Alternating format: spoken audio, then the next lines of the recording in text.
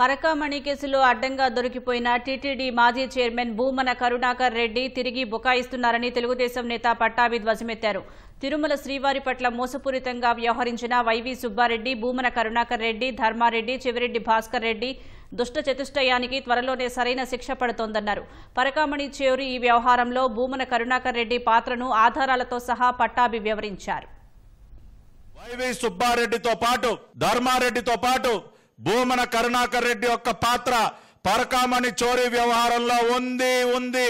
మా పాపాని కొడిగట్టి ఇంకా బుకాయిస్తావా నువ్వు నిస్సిగ్గుగా? ఆగస్టులో బోర్డు చైర్మన్ అవుతాడు. అయినమ్మటే సెప్టెంబర్ లో వచ్చి రాగానే ఇదిగోండి లోక్ అదాలత్ లో సెటిల్మెంట్. సెప్టెంబర్ 2023 అభినయ్ రెడ్డి పేరు మీద 32 ఆస్తులు ఆల్ పర్చేజ్డ్ ఆఫ్టర్ 2004. సొమ్ములు వచ్చింది ఎప్పుడు? టీటీడీని దోపిడీ చేయటం మొదలెట్టిన తర్వాత కదా. 2004లో తుడా చైర్మన్ అయిన మరుసటి సంవత్సరమే 24 ఆస్తులు. ఏ వ్యాపారం చేసావా నువ్వు? ఆఖరికి పరకామణి కూడా దోచుకుంటారా మీరు?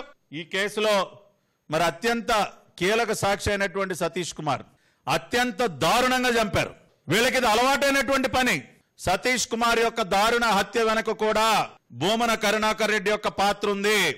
అందుకనే సంఘటన తెలియగానే బయటకు వచ్చి ఆత్మహత్య అని చెప్పి ఆ రోజున బాబాయ్ హత్యని గుండెపోటుగా ఏ రకంగా అయితే చిత్రీకరించే ప్రయత్నం చేశారో అదే విధంగా దీనిని ఆత్మహత్యగా చిత్రీకరించే ప్రయత్నం చేశారు.